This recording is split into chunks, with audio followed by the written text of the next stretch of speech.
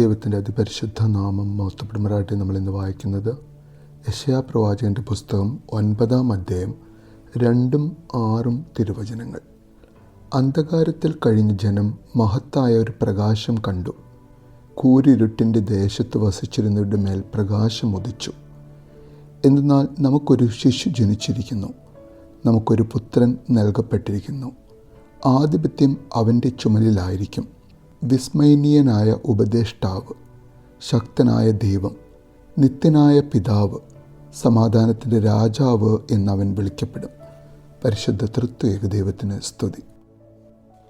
വീണ്ടും ഒരു മനുഷ്യായുസ്സിൽ നാം യേശുവിൻ്റെ ജനനപ്പെരുന്നാളിൻ്റെ രാവിലേക്ക് നടക്കുമ്പോൾ ഒന്ന് തിരിഞ്ഞു നോക്കുവാൻ, എത്ര ജനനപ്പെരുന്നാൾ നമ്മുടെ ഈ നശ്വരമായ ലോകത്തിലെ ജീവിതത്തിൽ കടന്നുപോയി എന്ന് ഓർക്കുവാൻ, ആ കഴിഞ്ഞു പോയ ഓരോ പാതിരാ കുർബാനകളും നമ്മുടെ ജീവിതത്തിൽ ഇരുൾ പടരുന്ന സന്ദർഭങ്ങളിൽ ഒരു പ്രകാശമായി മുന്നിൽ വരുന്ന യേശുവിൻ്റെ ജനനത്തിൽ ആഹ്ലാദിക്കുവാൻ, ആ സന്തോഷത്തിൽ മാലാഖ വൃന്ദങ്ങളോടുകൂടി അവനെ പാടി സ്തുതിക്കുവാൻ.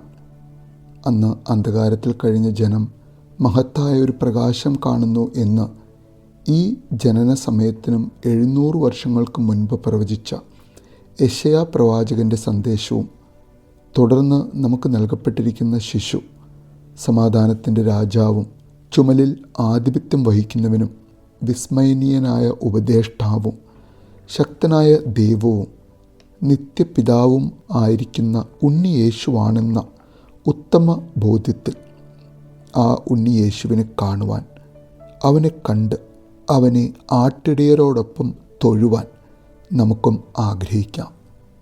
യേശു ഒരിക്കൽ പറഞ്ഞ വാക്കുകൾ വിശുദ്ധ യോഹന്നാൻ്റെ സുവിശേഷം 14-ാം അധ്യായം 9-ൽ പറയുന്നത് പോലെ, എന്നെ കാണുന്നവൻ പിതാവിനെ കാണുന്നു എന്ന വാക്കുകൾ, ആ വാക്കുകൾ നമ്മുടെ കാതുകളിലും നമ്മുടെ ഹൃദയത്തിലും സംഗ്രഹിച്ചുകൊണ്ട് പിതാവാം ദൈവത്തിൻ്റെ സാന്നിധ്യം ഉണ്ണിയേശുവിൻ്റെ മുഖത്തിലൂടെയും യേശുവിൻ്റെ പ്രവൃത്തികളിലൂടെയും കാണുവാനും കേൾക്കുവാനും ഒരനുഭവമാക്കുവാനും നമുക്ക് ഓരോരുത്തർക്കും സാധിക്കട്ടെ എന്നാഗ്രഹിക്കുന്നു, പ്രാർത്ഥിക്കുന്നു.